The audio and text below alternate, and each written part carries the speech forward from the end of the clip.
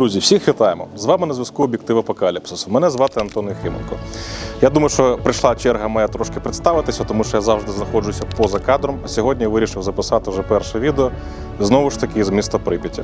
Тому заварюйте чайочок, беріть з собою смаколики, а ми будемо розпочинати для вас робити цікавий контент. Взагалі, як ви знаєте, що зараз в Прип'ять можна потрапити тільки представникам преси або військовим. Туризму взагалі зараз ніякого немає, і сьогодні я буду сподіватися, що ми для вас ще підзнімемо декілька інтерв'ю саме в місті Прип'ять. Будуть вони стосуватися якраз деяких коментарів стосовно того, як можна зараз офіційно потрапити до Чорнобильської зони відчуження. Ну і будемо намагатися такі знайти для вас цікавинки, якісь нестандартні ракурси. Все, як завжди, ми намагаємося робити на нашому каналі у такому незвичайному, нестандартному спілкуванні, яке зазвичай ми пропагуємо в дружній атмосфері. Тому обов'язково поставте лайк цьому відео, залиште один коментар хоча б для того, щоб це відео і справжній україномовний контент просувався у нас в Ютубі. Тому відразу всім хочу подякувати за підписочку. Ну а ми починаємо. Останній раз ми тут з Тимуром були разом у квітні місяці, зараз вже травень.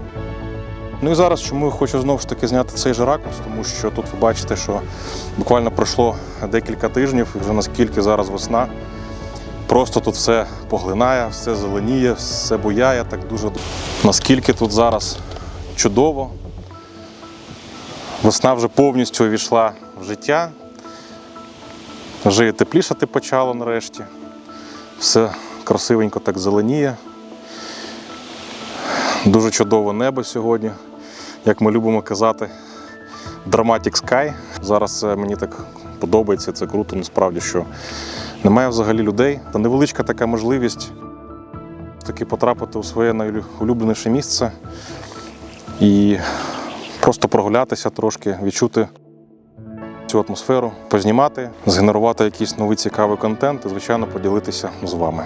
Місто Прип'ять зараз нагадує вже не якусь там городську, як то кажуть, або місцеву інфраструктуру, а нагадує більше вже таку лісисту місцевість. Природа повністю забирає все, що колись тут було побудовано людиною під свої володіння. І насправді це буйство природи, буйство цих красок, які тут є у місті Прип'ять, це насправді дуже-дуже сильно вражає.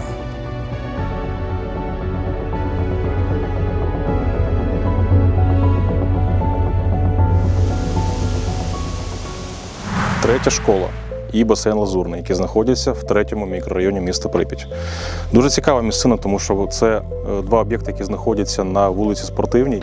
І вулиця Спортивна собою являє такий зелений коридор. Тобто я вже вам казав, що місто Прип'ять дуже сильно змінюється, що природа захоплює все, що колись належало людині, а зараз ще і створює особливі такі дуже круті, можна сказати, природно-архітектурні ландшафти. І ще буквально декілька тижнів, мені здається, і буде справжнісінький зелений коридор, який буде простягатися уздовж усієї вулиці Спортивної. Басейн працював аж до 96-го року. Ну, там дані трошки різняться. Деякі джерела кажуть, що він працював до 97-го року. Деякі кажуть, що він працював до 96-го. Я знайомий з деякими людьми, які кажуть, що вони тут навіть плавали. Взагалі, для такого міста, як Прип'ять, звичайно, будівництво такого великого басейну, як Лазурний, спочатку не планувалося, тому що місто, яке мало всього 50 тисяч населення, воно не могло дозволити собі побудувати великий басейн майже олімпійського розміру, з великими доріжками плавальними. Але, як казав потім генеральний архітектор міста Прип'яті Микола Остоженко, він казав, що басейн все ж таки будуть будувати. Він буде включений в генеральний план будівництва Прип'яті, тому що це молоде місце з купою малих дітей, яким треба десь вчитися плавати. Особливо, що наявність такої водної артерії, як ріка Прип'ять, повноводна річка. І це все зобов'язувало архітекторів вносити корективи в генеральний план будівництва міста Прип'яті. Тому було прийнято рішення, що басейн все ж таки буде будуватися, звичайно, буде приносити користь і радість всім, як і дітлахам, так і дорослим. Але тепер це також, на жаль, історія. Цей пласт стіни разом з плиткою, ця внутрішня відділка басейну, вона скоро просто впаде таким же пластом, тому що її просто промиває водою, яка стікає зі стріхи. І це теж проблема, тому що оголяється цеглина, а цеглина, як ви знаєте, це фактично пісок, глина. І так виходить, що із-за того, що тут йде такий час і температурні коливання, воно не додає життю будівлі.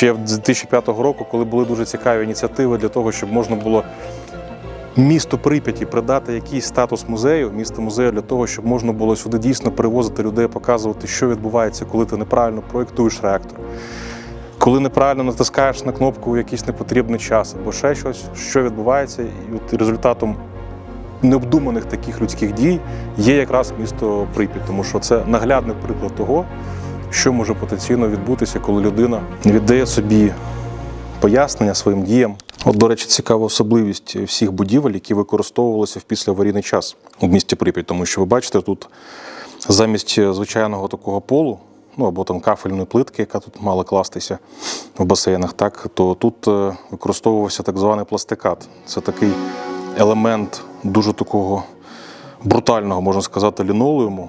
І завдання цього пластикату було в тому, щоб можна було стримувати потенційні радіонукліди, які могли залишатися там з взуття, персонал, який проходив сюди поплавати.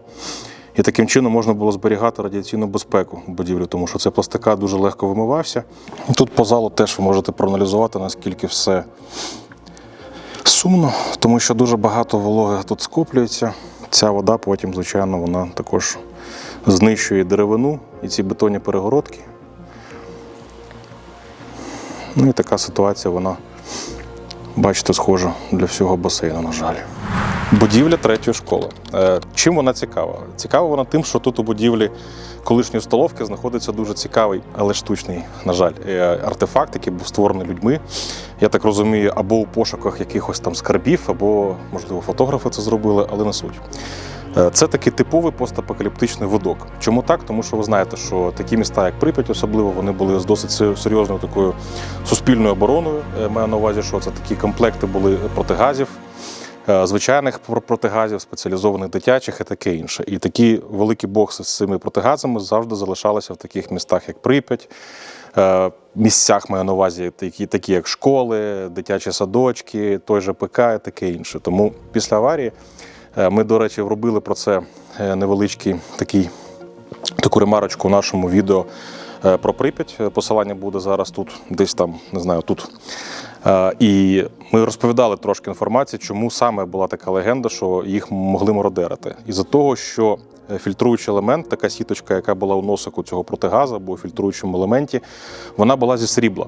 Тому, звичайно, що це був інтерес для тих, хто так званих хитрців, або мародерів, які забирали ці сіточки. Ми зараз підемо в це приміщення, подивимося його, знімемо ці постапокаліптичні кадри для того, щоб у вас було представлення, як це виглядає на сьогоднішній день. Тож пішли. Отакий вхід у третю школу. Ну і ми йдемо якраз її досліджувати. Всі будівлі в Прип'яті, вони в досить такому печальному стані, тому що всюди вода. Можна сказати, що, напевно, вода, вона як і дає життя, так вона і руйнує його, тому що у такому випадку, як з Прип'яті, вода дійсно виступає руйнівником, основною причиною, напевно, руйнації будівель. Чому так? Тому що вона скупчується на стріхах будівель, на кровельних конструкціях, і потім, протікаючи вниз, вона просто фактично руйнує цю систему, яка скріплює. Це було приміщення столовки звичайної. Саме на цьому місці, я так розумію, займалися мародерством цих протигазів, цих фільтрованих елементів, цих сіточок, і тому тут такий безлад і такий хаос. Воно, звичайно, виглядає дуже постапокаліптично, але от багато ще туристів, які приїжджали сюди ще до повномасштабки, вони завжди запитували, навіщо це все було створено, можливо, це була якась інсталяція, можливо, це якийсь фотограф там робив для якогось арт-проєкту. Ні, це просто, скоріш за все, елементарна, банальна причина, це просто їх діставали мародери, які виймали ці фільтруючі елементи, ці сіточки сріблі. Ще підручничок букваря знаходиться тут. До речі, теж такий цікавий він. Ну, тут завжди як «Пусть всегда будет солнце». Ця вся радянщина, звичайно, що вона звідси вже нікуди не вийде, вона тут назавжди буде лишатися. Але тут не тільки ці протигази цікаві, тут взагалі багато таких крутих артефактів, такої, знаєте, махрової радянщини позалишалося, як от цей, можна сказати, скелет телевізору «Восход-2».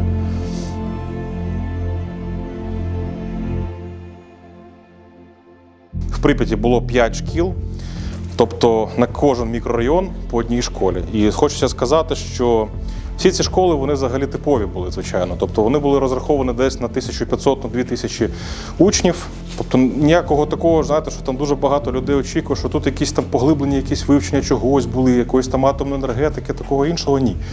Це такого не було, це було звичайно загальноосвітній заклад, яких в Прип'яті, як я вже казав, 5 штук. Типовий клас.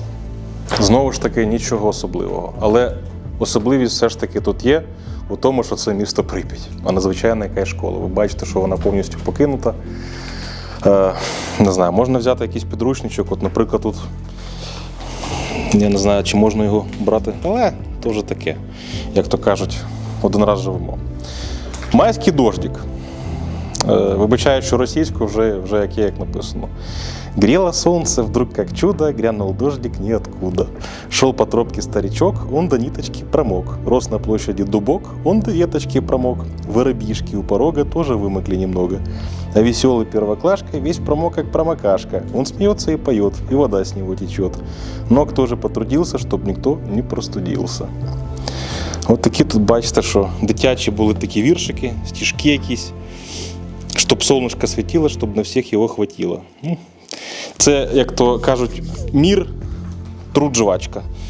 Тобто, такі, бачите, звичайні пропагандистські книжки. І тут просто рандомно відкриваю сторінку і знов якийсь тут Ленін. Леніна пам'ятають, чтять. Ніхто його не пам'ятає і не чтить. Забудьте вже про оце побєдоносія. Про що казати? Ох уж ця історія, нікуди від неї не подінешся. Дивіться, знову рандомний кабінет і рандомна книжка, яка тут лежить. Тобто ніхто там нічого не підтасовував. Збірник творів Леніна, знову ж таки. Але, що цікаво, вже українською мовою. Тобто бачите, що повністю все українською мовою написано. Про лозунг Сполучених Штатів Європи. Що це за таке новоутворення? 15-й рік, 23 серпня, до речі, за день до незалежності України. Про двовладдя. Господи, це просто, вибачте, сміття. Ці всі підручники, але ви ж знаєте, що знову ж таки, притримуючись думки, що все тут було таке ексклюзивне і круте, звичайно, ми любимо місто Прип'ять, але не все таке було ексклюзивно тут і круте, тому що пропаганда і це побєдобєсія, воно було тут завжди, на жаль. Що, це ж бачите, це як основа радянської імперіалістичної машини завжди слідувати одному і тому ж побєдобєсію. Це насправді дуже-дуже сумно. Але ми будемо про хороше, ми будемо про природу, яка поглинає Прип'ять, ми будемо про якісь чудові моменти, які тут є. І, звичайно ж, це про атмосферу цього неймовірного та неповторного місця. Рушаємо далі.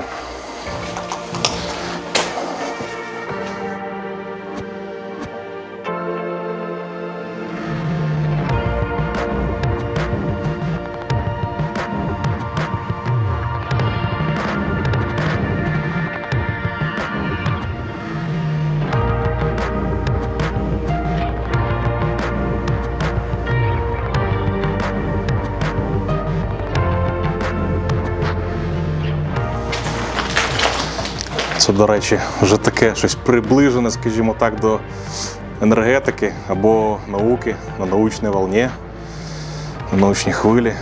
Щось, якісь такі стенди були тут цікаві, напевно, тут була якась інформація для учнів. Стосовно того, може, тут були якісь там кружки. Це теж якийсь пропагандистський, напевно, був плакатик чи ще щось. До речі, тут дуже добре видно, в якому стані зараз знаходиться ця стіна. По цим тріщинам, бачите, видно, що тут теж вода лється, як з відра, коли дощ іде. І особливо по таким великим тріщинам розумію, що третя школа теж явний кандидат на скоре, на жаль, руйнування в найближчий час. До речі, от зараз ми ще подивимося такий цікавий об'єкт. Я коли проходив повз цього приміщення, кімнати класні. Побачив, що тут такі різноманітні надписи йдуть на дверях. І тут звернув увагу, що тут, бачите, написано «Це наша життя, боль, утрата», 2016 рік. Тобто, мені здається, що це, напевно, залишили колишні прип'ятчани, тобто мешканці міста Прип'яті, які поверталися до повномасштабки. Зараз, на жаль, як я вже казав, відвідані зони можливі тільки для представників преси. Але, судячи з того, що люди сюди поверталися, залишали просто такі якісь меморіальні надписи, відмічали, що вони тут були колись. Але сама суть, що прип'ятчани поверталися, для них можете уявити, який це біль. Можливо, тут хтось вчився, можливо, діти навчалися, і потім евакуація, ти уїжджаєш, а потім приїжджаєш вже в мертве місто, і наскільки воно, напевно, складно може сприйматися. На жаль, зараз Україна переживає те ж саме.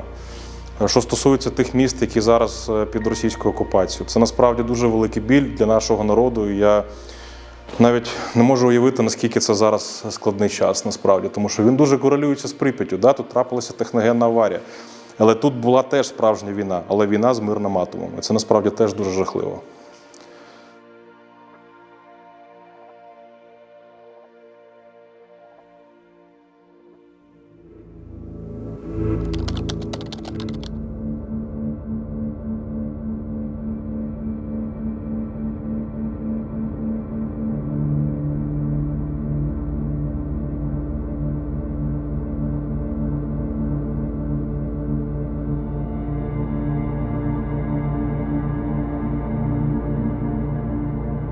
Це підприємство, яке займалося ще в доаварійний час обслуговуванням машин. Таке велике СТО. Але це було до аварії. Після аварії тут була стоянка тої техніки, яка займалася дезактивацією міста Прип'ять. Наприклад, такі білазики, які тут стоять, я зараз їх покажу у футажах. І це насправді дуже цікавий об'єкт, тому що тут, можна сказати, що зберігається деяка частина тієї історії по ліквідації наслідків аварії, і її можна хоч якось подивитися. Дуже цікаві історичні експонати, які ми зараз вам і покажемо. Погнали!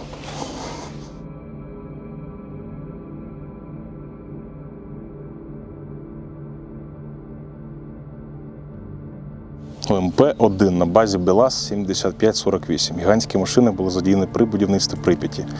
Після аварії в період 86-го року до середини 90-х ОМП-1 зрошували водою та спеціальними розчинами вулиці і дороги міста Прип'ять та його околиць. Машини ніколи не виїжджали за територію Чорнобильської зони. Ось така невеличка історія про ці цікаві автомобілі ОМП-1 на базі БелАЗу. Стан, звичайно, залишає бажати кращого, але все ж таки тут, бачите, ще читається, що тут БелАЗ було написано. Залишилися 2 букви БЕ, інші вже чи демонтувалися.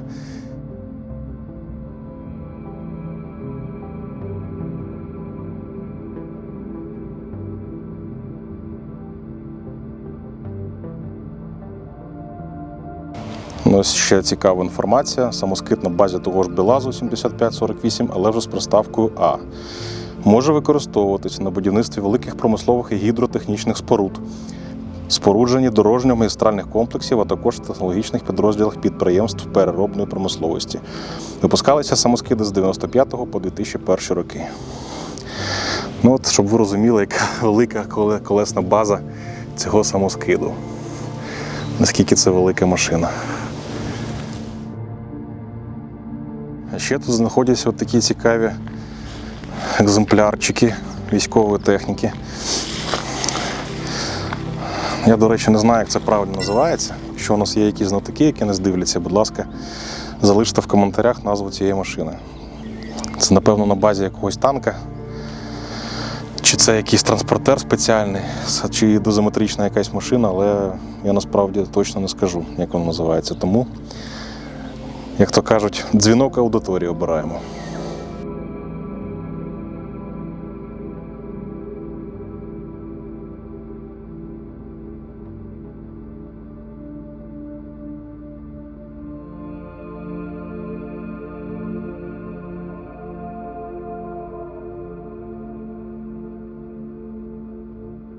Друзі, важливий та цікавий момент. Ви дуже часто запитуєте у коментарях, як можна зараз потрапити до Чорнобильської зони відчуження та міста Прип'яті.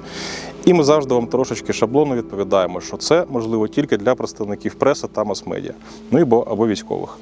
Але ми хочемо підійти ще більш професіональніше до цієї відповіді і хочемо запросити до нашого інтерв'ю дуже цікаву особу, яка є представником держави, а саме Державного агентства з управління зоною відчуження Надію Мудрик-Мочалову, яка є прес-секретарем цього агентства. І вона вже з професійної точки зору може розповісти трошечки більше цікавої інформації про те, що взагалі тут було до повномасштабки з точки зору організації візитів, який взагалі був туризм і як зараз можна потрапити до Чорнобильської зони.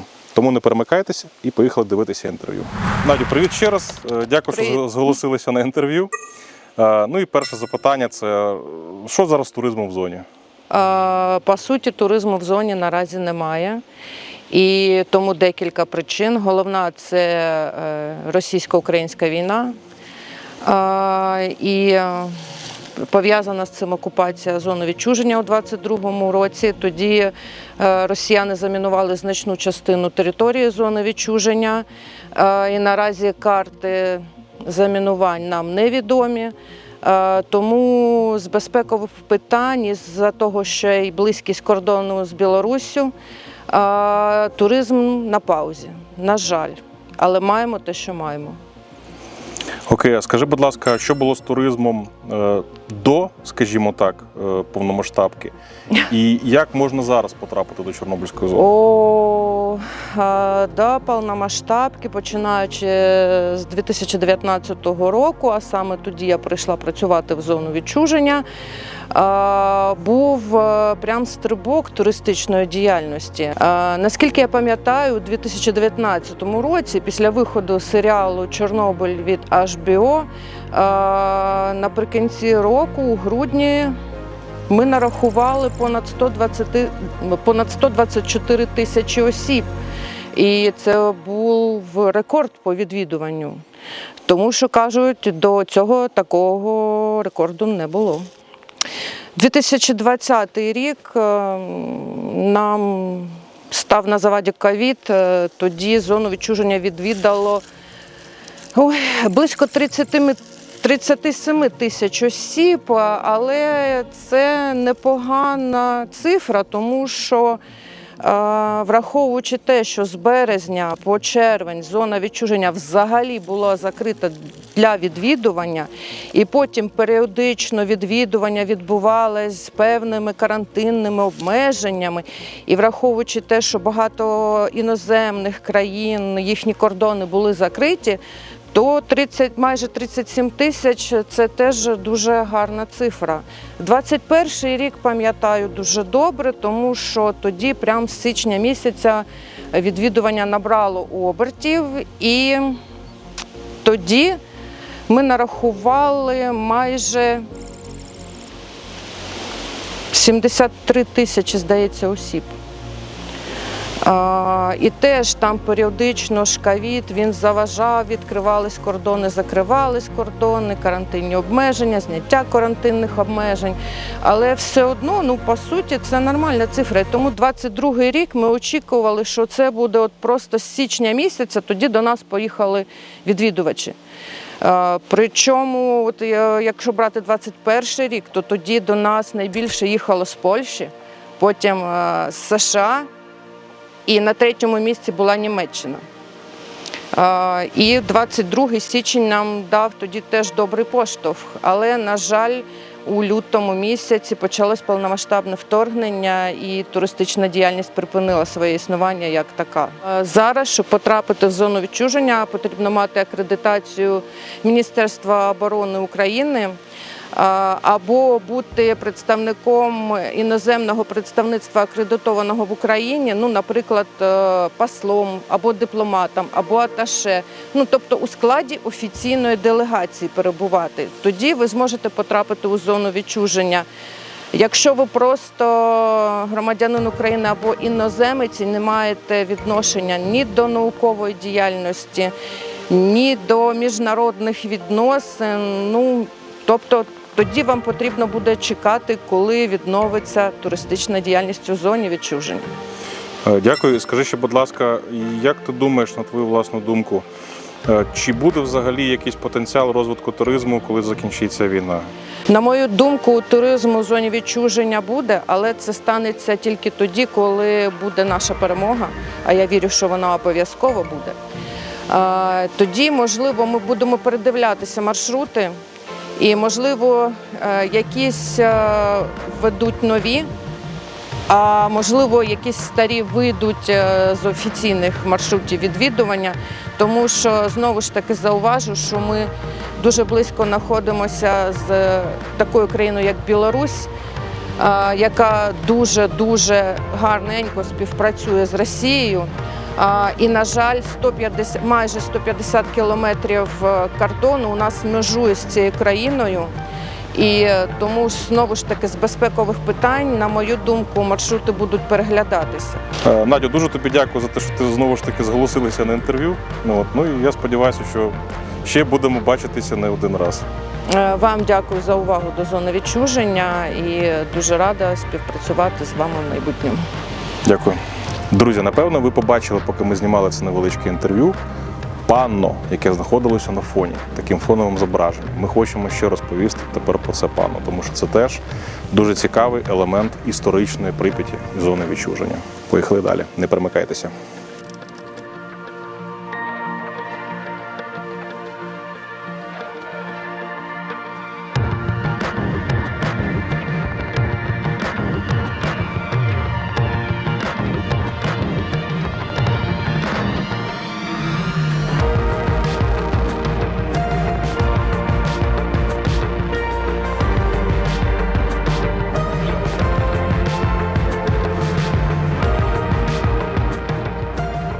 Ми з вами знаходимося поруч із кінотеатром «Прометей», де розташовано унікальне мозаїчне панно з назвою «Енергія».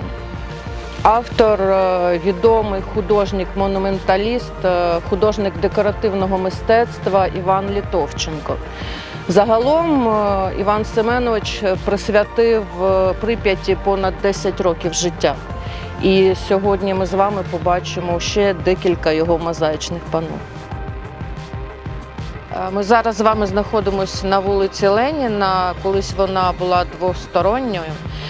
Наразі природа поступово забирає своє, і якщо подивитись ліворуч або праворуч, то можна побачити, що це вже більше ліс, ніж місто. Все таке заросле, все таке прип'ятські джунглі, можна вже сказати.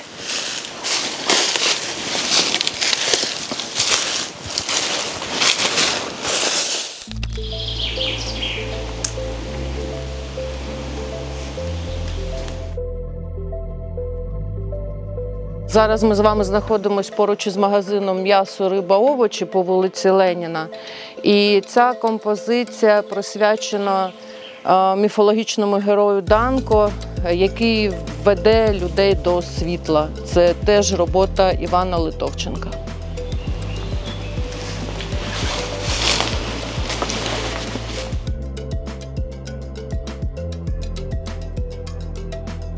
Якщо, друзі, трошки відійти назад від цього мозаїчного пану, то ви відразу потрапляєте в Прип'ятський ліс. Бачите, називається це все Прип'ятська атмосфера. Будемо рухатися до наступного пану. Як бачите, зараз це все затрудняється тим, маю на увазі доступ, що все настільки сильно заростає, що стає майже нереально кудись тут добратися спокійно.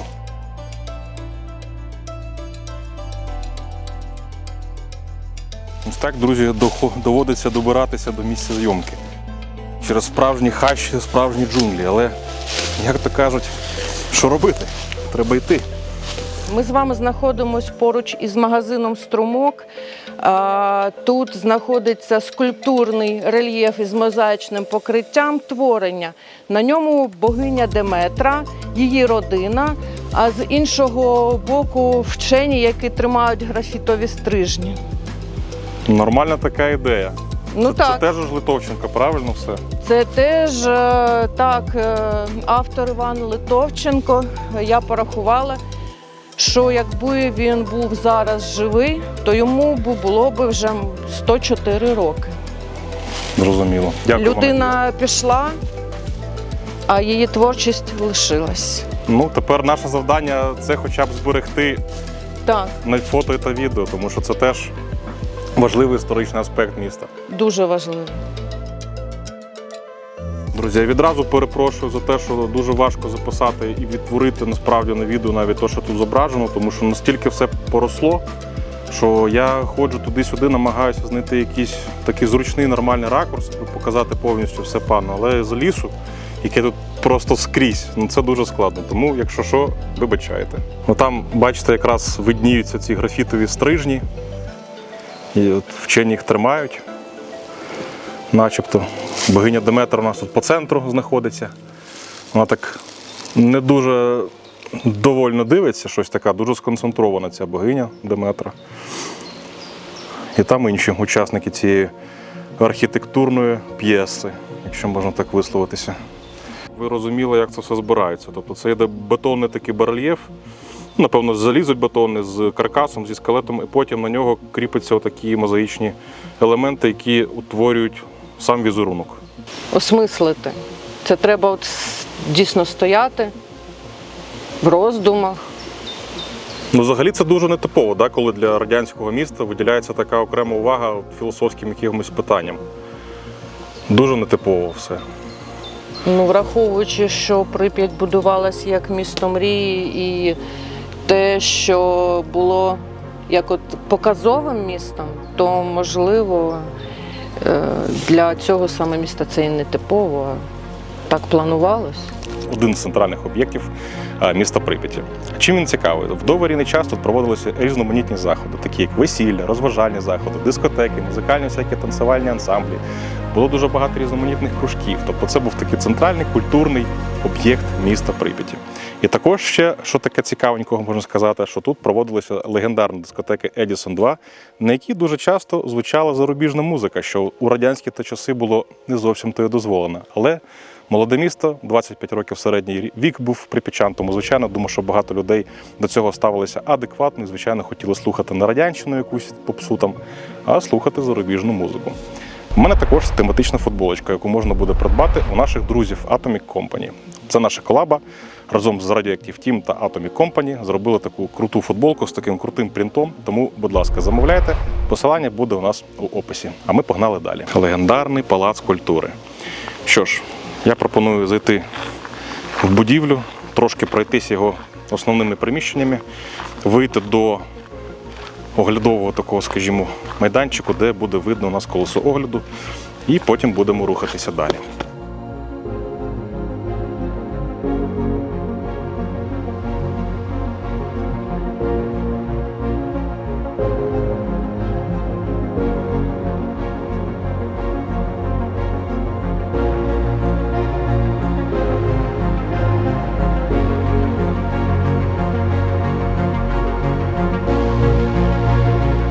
Звичайно, ми доходимо до нашої кінцевої мети.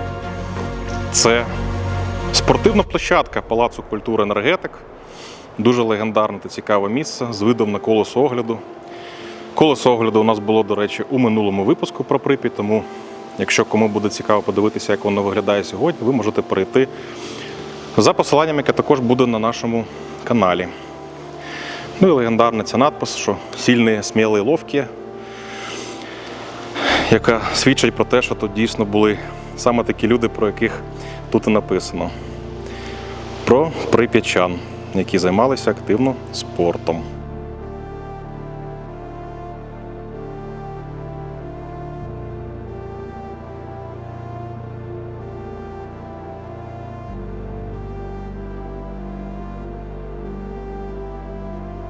Тільки подивіться, яка краса.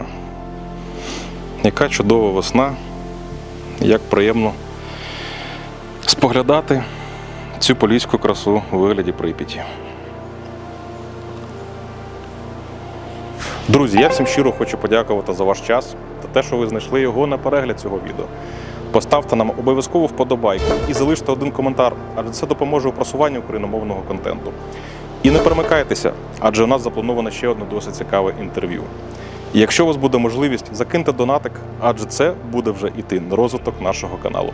Я всім дякую і не прощаюсь.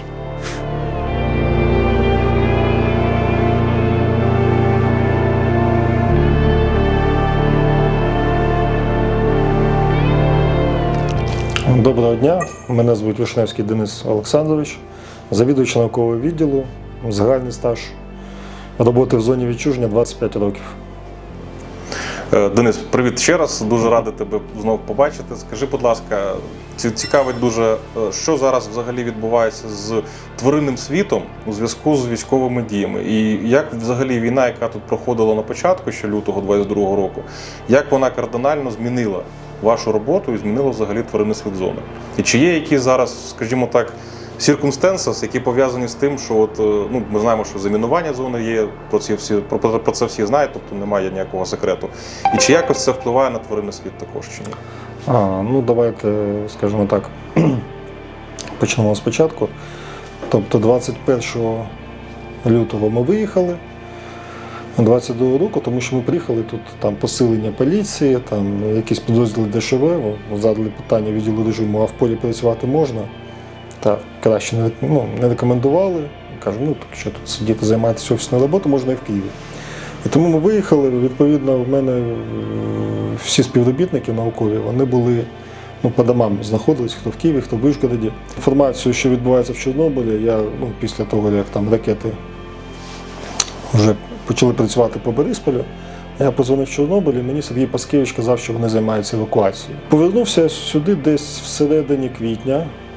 Ми заїхали в зону відчуження, побачив розібраний офіс. Але зараз ви її не бачите, наша службова машина Ніва Шевроле, і наші механіки врятували, як і іншу техніку, вони її просто там на Подолі кудись там затягнули в двори, закидали лахміттям, і вона спокійно пережила окупацію. Таким чином ми фактично головний свій актив, тому що територія велика, з нас залишився. Сюди прийшов офіс розгромлений, на жаль, багато цінних, не те, щоб мені, як знаєте, боліло там, що я втратив цінності, а просто там багато речей, які російські військові можуть використовувати проти наших військових. Дальномір, квадрокоптери, там ще якась там технічні речі, які можна використовувати в військовій справі. І коли я сидів в Києві, я думав, що я втратив бібліотеку. Ця бібліотека залишилась майже нетронутою. Атласи зони відчуження, оці стоси мап, нафіг виявилося нікому не потрібно. Вони забрали тільки автобіографію Кіта Річардса, життя і все. Всі мої втрати були. Чому їх так зацікавило саме це? А він виглядав як алкоголік там на обложці. Хоча він більше іншим займався. Але тобто, знаєш, це багато проблем, що багато чого про Чорнобиль, воно і досі на папері. Тобто не оцифровано, і думаю, що йомо, там ці атласи, там ці якісь там збірники. І після цього ми почали там крок за кроком, що називається, відновлюватись. Там контакти з військовими, зрозуміли, де ми можемо працювати, де не можемо працювати. Ми закінчили проєкт з японцями SATREPS, який почався до війни, і для мене була це така, знаєте, моральна перемога маленька. Тому що ми своїм, те, що називається, зарубіжним партнерам показали, що проблема, я там їм фотки вислав, що як було, там із Києва, але ми зобов'язання свої виконали. Ми все, виявилося, що знову ж таки там фотопастки, багато чого в нас залишилось з обладнання. Тобто ми його завершили, в Варшаву поїхали там наприкінці 22-го року, представили. Наші колеги сказали, окей, класно, що ви не просто там стали в позицію там жертви там, чи вічного, знаєте, як там донора, а сказали, що ви працюєте. Пообіцяли подумати, як співпрацювати в майбутньому, тому що для всіх науковців це був виклик. Країна в стані війни. Але, знаєте, одним з таких втрат було те, що зона відчуження, я пам'ятаю, що той концепт, створений в 16-му році, лабораторія просто неба, який там презентувався, який був абсолютно адекватним.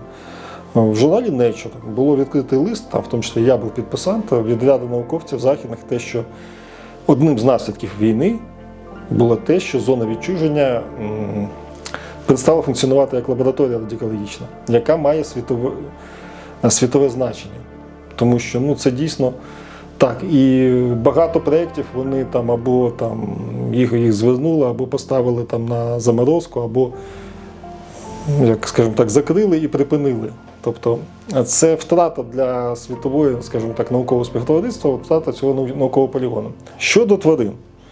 Понятно, ми сиділи цілий місяць, все, що ми могли, це там мій заступник Барсук Олександр просто кожен день моніторив спутникові дані по пожежам, і ми там спостерігали майже онлайн, як там з'являються ці пожежі чи ще щось. От все, що у нас було доступно. Потім ми повернулися, почали оцінювати проблеми.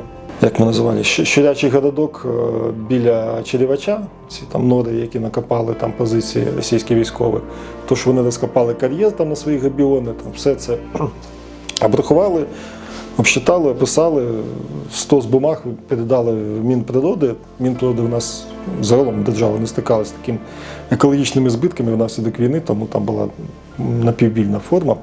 Я займався, закривав наш відділ дослідження. От. І ми крок по кроку почали, перше, завдяки військовим ЗСУ, ми зняли те, що змогли, фотопосток, тому що багато їх було поставлено в рамках моніторингу перед початком війни. Тільки на одній з фотопасток ми бачили, там, вона близько до дороги стояла, присутність військових російських, і там просто зафіксувала колону. Переважно ми зібрали якийсь такий об'єм інформації, виявився унікальний цей об'єм, тому що ми побачили, як іде вплив. Його важливо виявити з засобами статистики, але це цікаво. По-друге, так, туди можна, туди не можна, понятно, лівий берег випадає, там ділянки біля кордону випадають.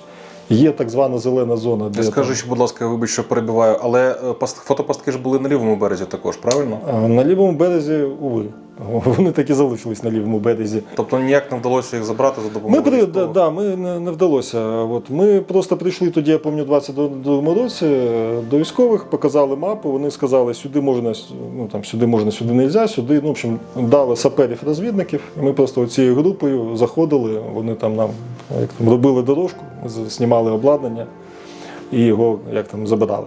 Хоча, як ти бачив, по-моєму, я не пам'ятаю, звідки, мабуть, хтось із інших військових, фотопастки, які були Сергія Петровича Гащака, оце його відомий ролик, вони класні, в нього стояла комбінація фото і відео з записом звуку. Це життя тварин на фоні цих штурмової авіації, крилатих ракет, специфічний цей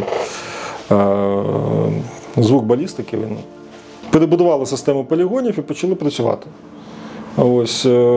Рік-два попрацювали, вже на 3-й рік почали, 24-й рік, вже наші колеги з ядерного інституту приїхали і з іноземним грантом. Тобто відновлення лабораторій відбувається. І ми теж працюємо, тобто по тим самим гарячим точкам, Рудий ліс, водойма, ми теж спостерігаємо, цікава річ з водоймою охолоджувачем.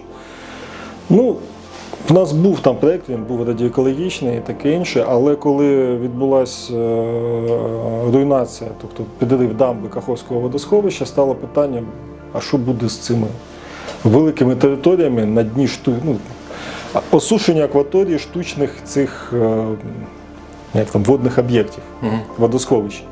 Там же у нас не тільки каскад, у нас і менше є водосховища, і всі вони досить вразливі. До речі, ми просто, як гіпотетично, з експертом Лесією Петрович, коли робили такий, скажімо так, аналіз екологічних наслідків війни, я входив в робочу групу при міністерстві, і в тому числі ми з нею виявили, що, скоріш за все, будуть ці нестабільні об'єкти, типу водосховища і таке інше.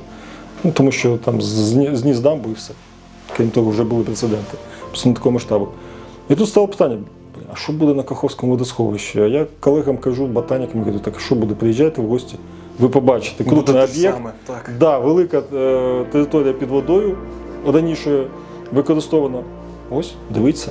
І приїхала доктор наук, тоді ще не доктор, майбутній доктор наук Наталя Пашкевич з академіком Яковом Дідухом. Вони прийшлись, що називається, прийшлися, планцінили, але вони зрозуміли якусь концептуальну річ, що, по-перше, відновлюється не якась аномалія, відновлюється заплавна рослинність. Тобто все ж таки йде. І досить мало до речі, цікавий феномен водоймоохолодження, досить мало інвазійних видів. Я думаю, якось розповісти тобі це в натурі, просто туди поїхати і показати наші полігони. Ну, я сподіваюся, Да. що у нас буде співпраця ще відбуватися, тому що дуже би хотілося, звичайно. Бо це дуже красиво, тому разом що я покататися. вже в квітні відпрацював цикл робот на водоймі, там свої є виклики, там будемо робити статтю. Ось, щодо тварин, ну, скажімо так, інформації було мало. Зона просто була інформаційна, чорна дира. Я просто взяв досвід пожеж 20-го року, коли там теж велика кількість там техніки, плюс ще горіло набагато гірше. Я просто побачив, що, наприклад, по коням, по лосям, та вони просто уходили кудись там, подалі від шуму, від вогню. Думаю, тут те ж саме було, коли оці там йшли колони танків туди, потім сюди, потім. Гелікоптери, скоріш за все, тварини кудись там відходили. Потім поверталися. І ми, скільки я дивився, там наші дані спостережень, там ще щось. Якоїсь радикальної зміни, зменшення, ми чогось такого не знайшли. І саме такий був для мене все ж таки, як там, переломний момент, коли десь влітку мені показують відео з телефону, так, пожежники їхали з Зеленого мису і просто на мобільну камеру засняли, як ведмідь щось задумчиво йшов вздовж дороги. Не десь там в лісу, а цього автобана, Зелений мис, Зелений мис купувати, Апачі чи так. І вони просто до нього майже так під'їхали, порівнялися, знімають, він в якийсь момент там включається, машина, і там чухнув від них. Думаю, все. А якщо Мішка залишився, а ми в тому районі час від часу його на фотопостках, там сліди наші рейнджери знаходили, думаю, значить, все нормально, з екологією окей.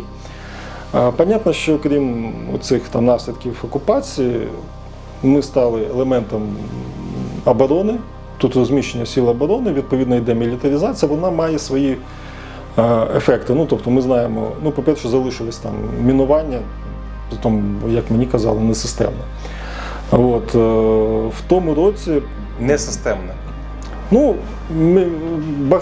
Понятно, що знаходили, міни десь там навколо об'єктів. Але іноді там сапери нам розповідали, какого-то фіга дві міни десь там в лісі, бозна-де, на лісовій дорозі. Тобто якоїсь логіки вони не бачили.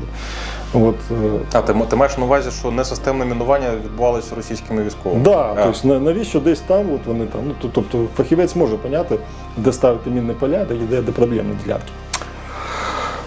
І в тому році прикордонна служба вона на сторінці в Фейсбуці просто виклала знімок з теплокамери дрона. Під час рейду група почула вибух, підняла дрон і, в общем, засняла цей момент, де воронка і ще тепла тушка коня Пржевальського підірвалася на міні.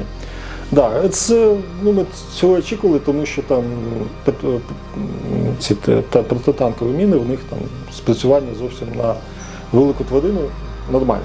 Йде там 30-40 кг, достатня вага, щоб її здетонувати. В'їжджаєш на Дитятки і зліва там висив такий стенд, де написано, що зона відчуження, там реалізується державна політика, і там всі ці позиції, які ми знаємо, вивод з експлуатації ЧАЕС, поводження з радіоактивними відходами, авіаційна безпека і багато чого іншого. Зараз додавала ще функція захист країни, тобто оборонні функції. Але я думаю, що так, як називається нинішня війна, вони будуть, точно це не буде щось на зразок Першої світової війни, там ці безконечні траншеї окопів, все це буде високотехнологічним, і навіть цю функцію зона відчуження буде виконувати. Більш того, зараз у нас іде проєкт, можна поєднати рішення екологічні, які там реалізує заповідник, з рішеннями оборони. Тобто це проєкт обводнення раніше меліорованих ділянок, він суттєво в тактичному плані погіршує територію для ворога, тому що підіймається рівень води, вона стає більш болотиста і, соответственно, менше можливості розгорнути там свої війська, а якщо ти навіть будеш заходити, то будеш заходити тільки по дорогам, по дамбам і такому іншому.